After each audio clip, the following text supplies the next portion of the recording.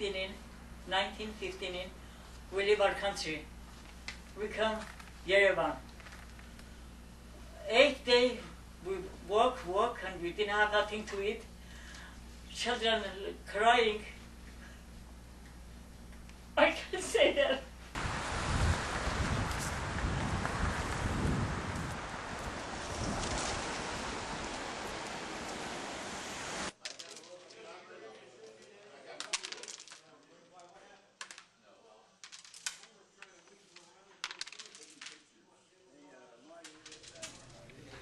Well, the issue that you raised, the first issue is the issue of the human rights, and the April 24th, 1915 event is called a genocide, and that is a word which has been accepted by international bodies such as the United Nations, and there's a very specific definition of the word genocide. It's a crime against humanity, and that genocide was planned and it was perpetrated by the government of Turkey at that time, sometimes called the Young Turks.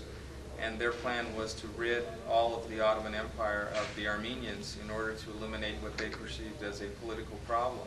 And so there were about 2 million Armenians, plus Armenians living in the Ottoman Empire, and they succeeded in a period of about 7 to 8 years in eliminating 90%, 95% of the Armenians in that area. And what was the reason for hating is a very difficult one. Some say it was religion. Armenians declared themselves Christians in around 300 AD, and they professed to be the first sovereign state to do so. As a nation, they were Christians. The area that we say that the genocide took place had been Armenian for about 3,000 years. And so when the genocide took place, it really eliminated a civilization and a culture which had a 3,000-year history. One of the policies of the government was also to put Kurdish tribes into the areas where the Armenians lived in order to dilute the Armenian majorities. There's some evidence that there has been German complicity in the planning because the German High Command was trying to integrate Turkey into the war effort, and therefore they also believed that the deportations would eliminate a problem, that is the Armenians. There were about 1 million Armenians that lived in the Russian Empire at the time of World War I, and about 2 million that lived in the Ottoman Empire. So when the war broke out and Turkey actually attacked Russia first, that war area was an area that Armenians were right in the middle of. The Germans definitely helped in the organization of the massacres, the deportations, the manner in which militarily things were going to be set up. The biggest Armenian community was in the capital, Constantinople, today called Istanbul. And the leadership of the Armenians was captured and arrested on the night of April 23rd, the morning of April 24th. And they were then taken out of the city and murdered. Heistrup was explaining how beginning in 1915, the government of Turkey, the Turkish government at the time, planned systematically to wipe out the Armenians within its boundaries. When we commemorate, for instance, April 24th, 1915, that day was not chosen randomly, but it was the day that Armenian intellectuals and leaders of the community were rounded up and killed in Turkey. It made it, as the Heistrup explains, that made the plan much more easily carried out, because with the leadership of the Armenian community dead the first day, it was much easier then to do away, to deport, to drive into the desert, to be then murdered and buried into mass graves into the desert, the rest of the Armenian people. At that time, the Armenian clergymen, as today, were among the most, if not the most, educated, strongest leaders of the Armenian community. Armenians didn't have their own government at the time. The clergy acted as the Armenian government and the Armenian national leadership.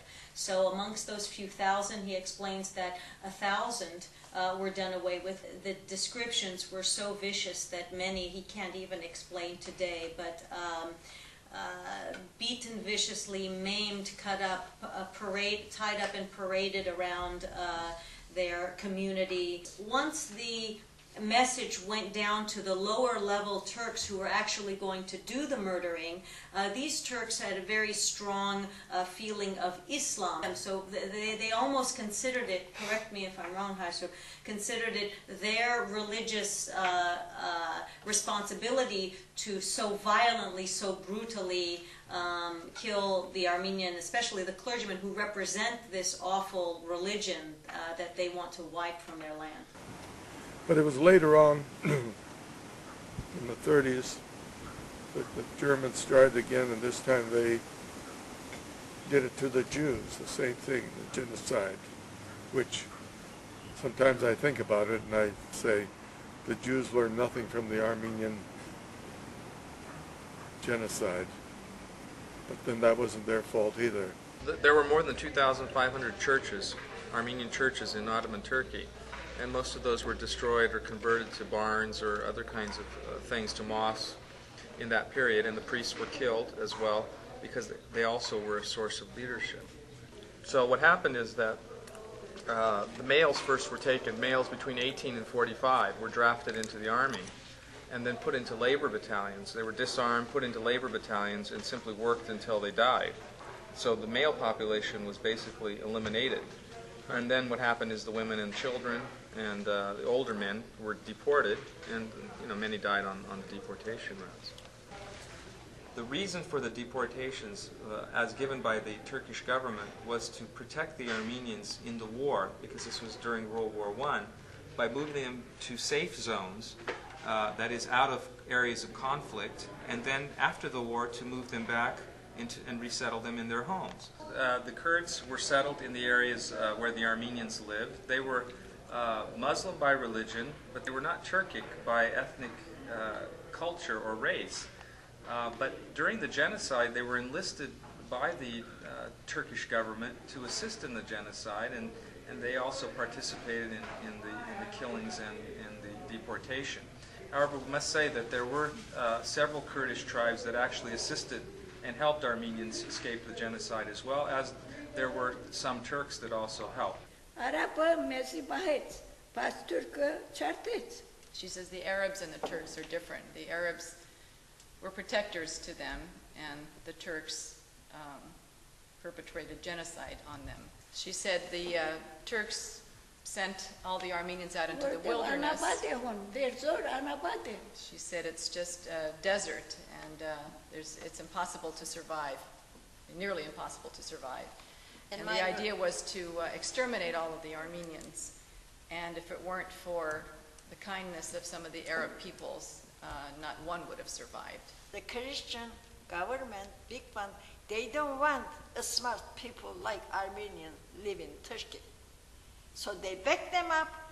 They tell, whatever you want, do with the Armenians. Christian people, United States, English, England, French.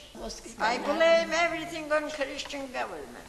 From my father's and grandfather's aunt, we went, this is years before, we went to some place. And they were building, making lumber, making everything to build a house, you know. One is hammering, one is sewing, and this and that. One is making... and there was a girl sitting a little bit on the, talking with my sister. And she was saying, you know, Mayram, she said, we are building these things, but I had a dream. She said, we're not going to enjoy this, somebody else. She's saying she thinks that the Turkish people did this because the Armenians were industrious, and they're the ones that had property and things. They were hardworking people, so they perpetrated this on the Armenians. Same thing. So they could take their belongings. At the time they said that ever since anybody that's over 5, they can remember what's happening, you kill them all. So they took my brothers.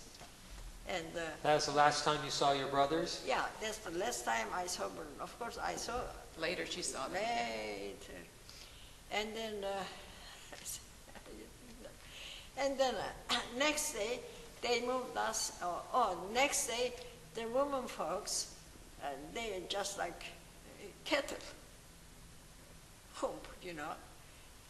They came and passed from the door, or the missionaries' place door. They were all taking them away, yeah. So, but I didn't see my mother, but there was lots of people. They were just talking, just like you take the sheep, or cow herd, you know. And, well, I didn't see them anymore. Her mother had to leave her on the side of the road because they couldn't take her on the road on the deportation. They came back for her. 43 times she put me on the rock so I could drown in the water. But I hollered, I had a big voice. And so when you hollered, then who came to your help? My mother came and took me again, Came back. poor lady. But they told me to go get that girl. If he makes a lot of noise, then the enemy knows where we are. I went through it. What we eat, we had 3 months we walked from here to San Francisco. That's how much we walked. 3 months. We ran away. When you were in Turkey, you walked for 3 months that far? From Van to Yerevan.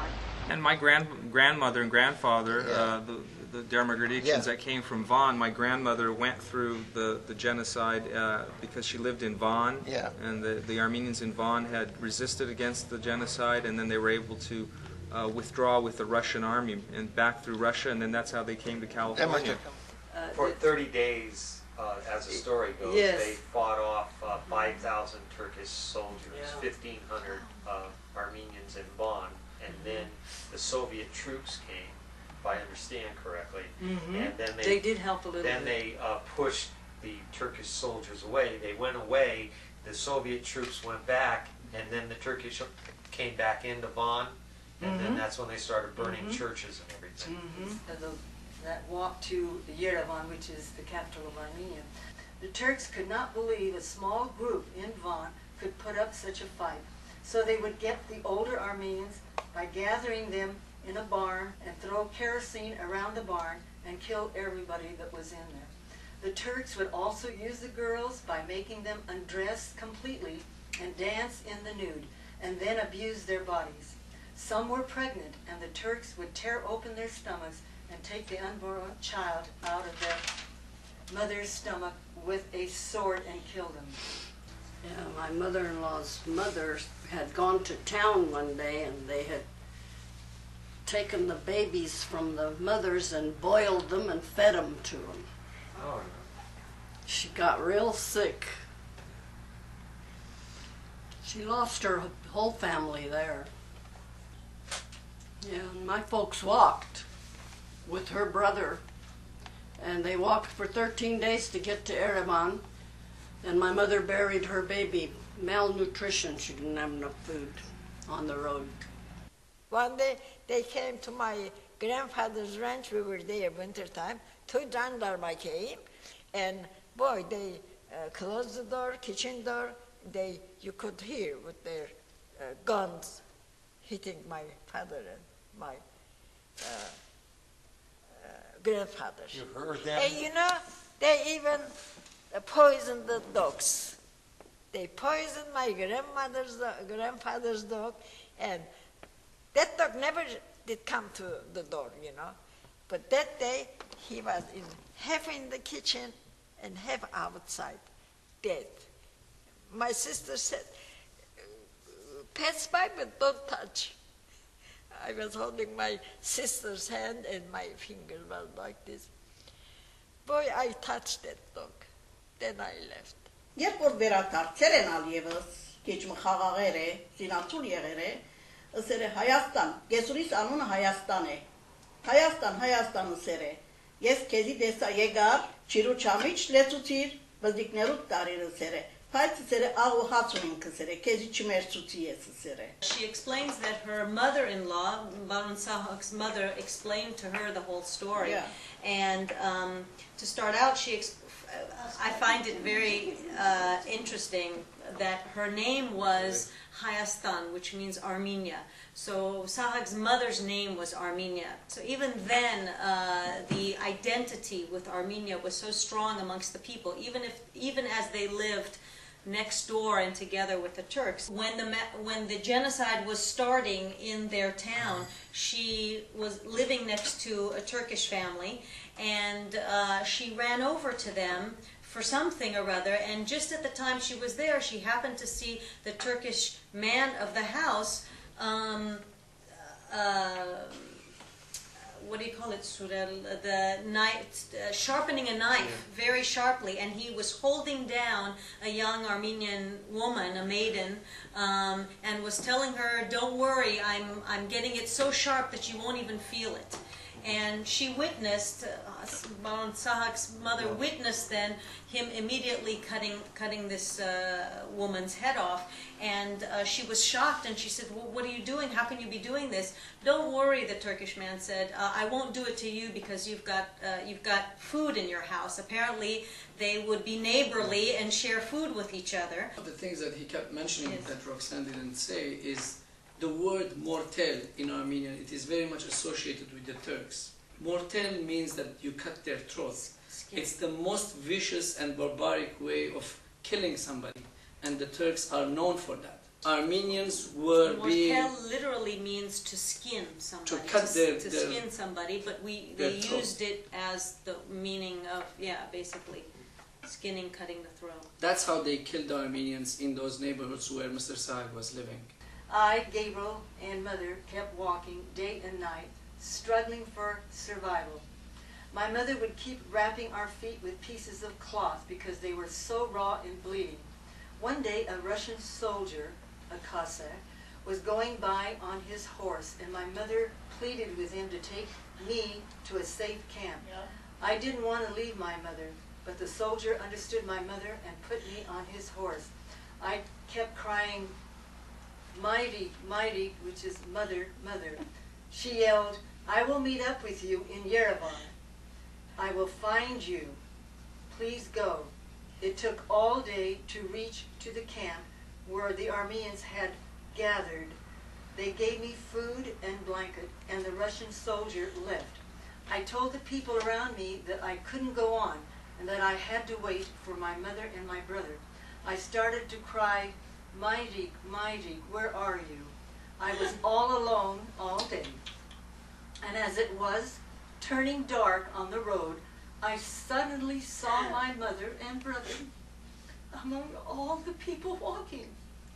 It was again a miracle, and my strong faith was still with me. There was a lot of happy tears then. We finally got to Yerevan.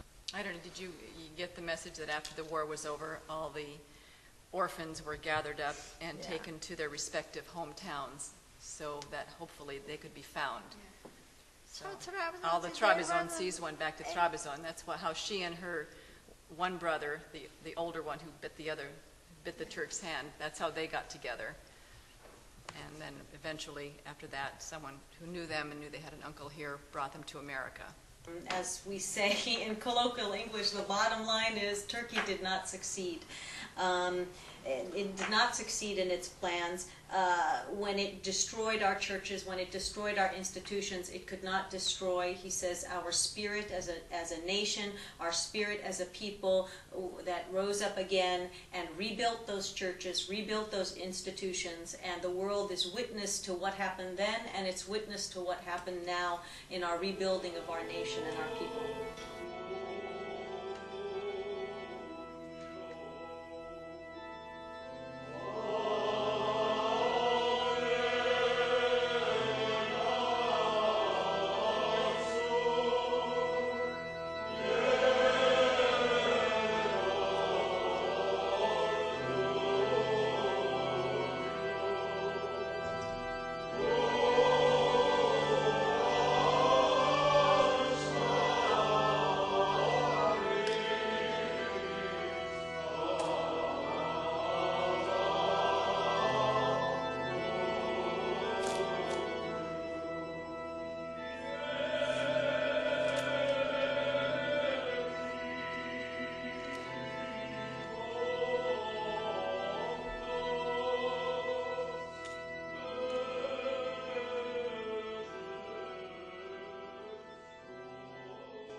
Now the question is, the current government of Turkey does not want to recognize that there was a genocide because they know what the ramifications would be. So their policy today in the last 15 or 20 years has been to actively deny the genocide.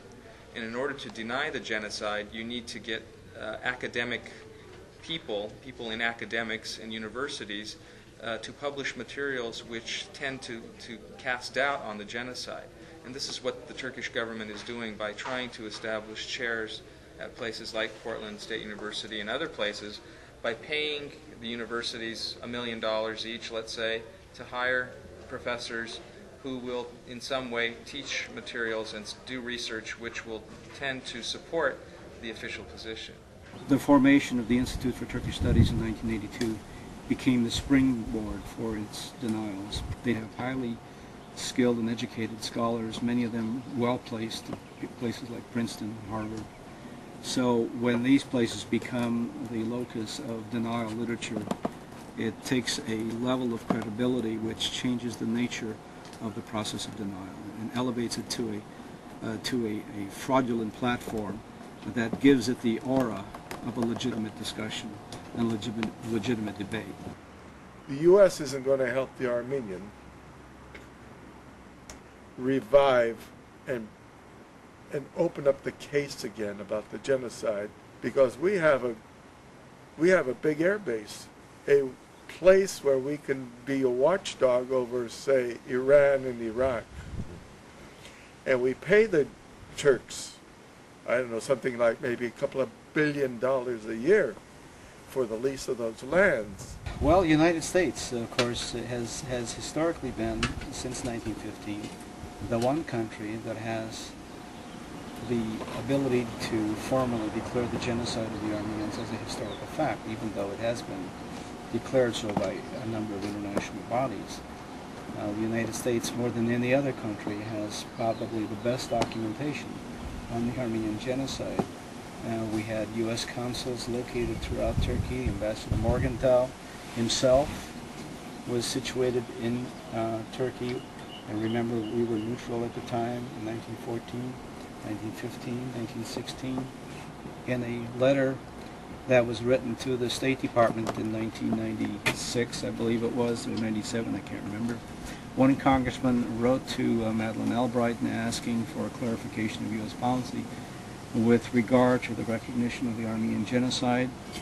And the response he got from her office was that the interests of the United States militarily and strategically and economically and in its relationship with Turkey are such that it could not jeopardize these, in spite of the fact that it certainly sympathizes with the Armenians and recognizes the horrendous massacres to which they were exposed. This is not an Armenian-Turkish issue.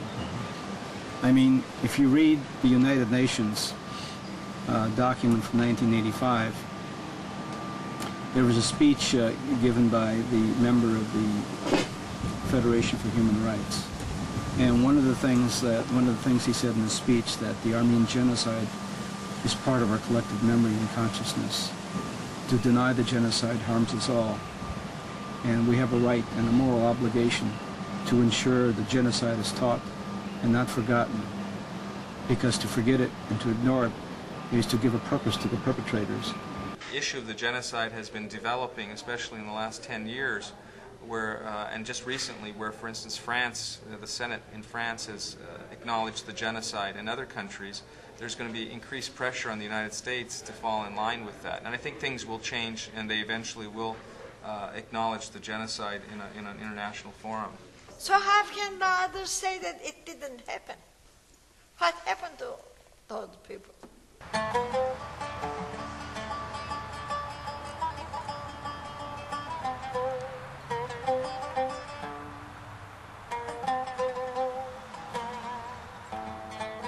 We have a professor who comes to our table, memorial table, in April 24th and tells us what he thinks, right? And this professor is a professor of modern Turkish history.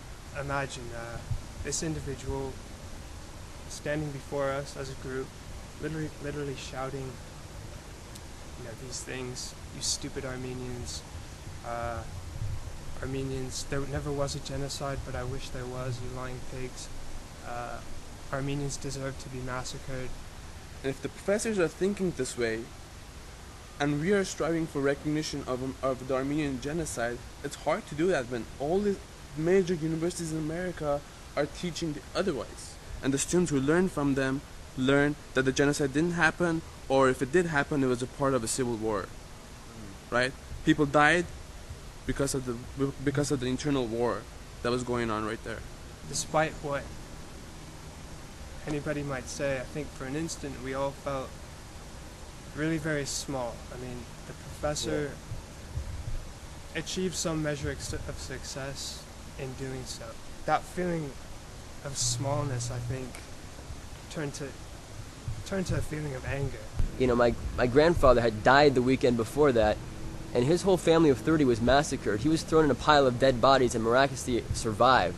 And so, by pure luck, I exist. And this guy is saying, you, your family, everyone should have died. You can't just go on perpetuating the hate. At one point in time, you got to say, enough's enough. You just got to settle down and deal with it. And then when you have, a government, trying to persuade people that this genocide never happened, it makes it more difficult. I mean, what do? You're constantly under attack.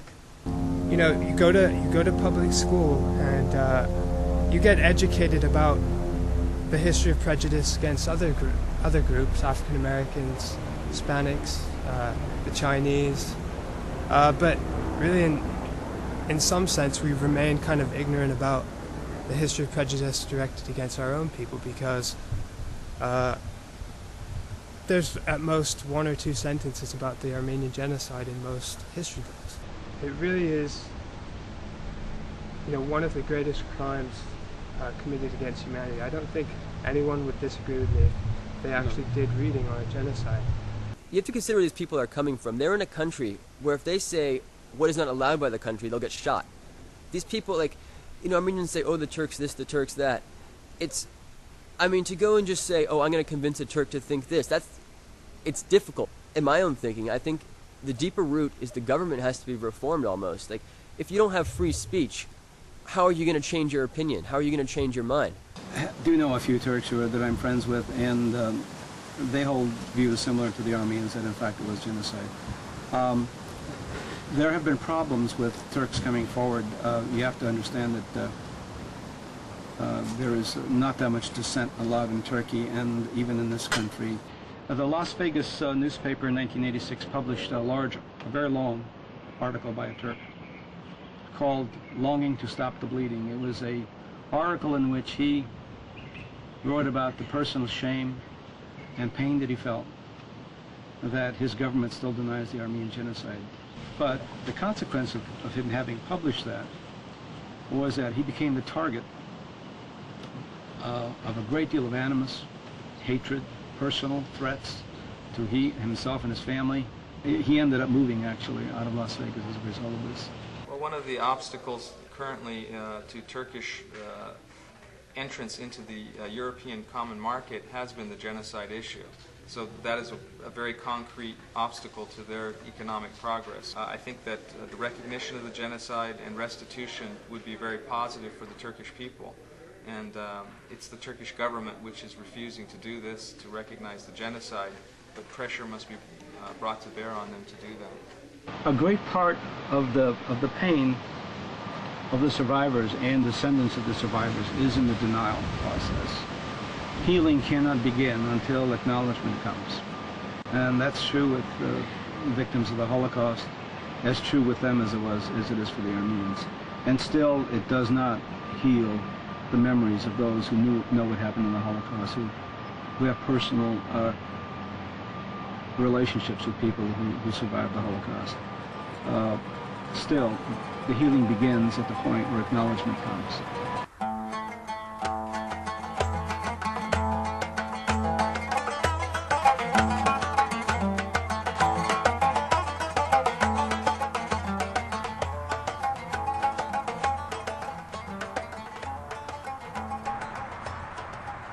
Mom, I'm making this film about the Armenian people and what happened to them and why they had to leave their homeland. I'm trying to resolve all of this conflict that's happened between the Turkish people and the Armenian people, to see if these two groups of people could once again live peacefully with each other. I don't know if I'm able to do this or not, but we'll try.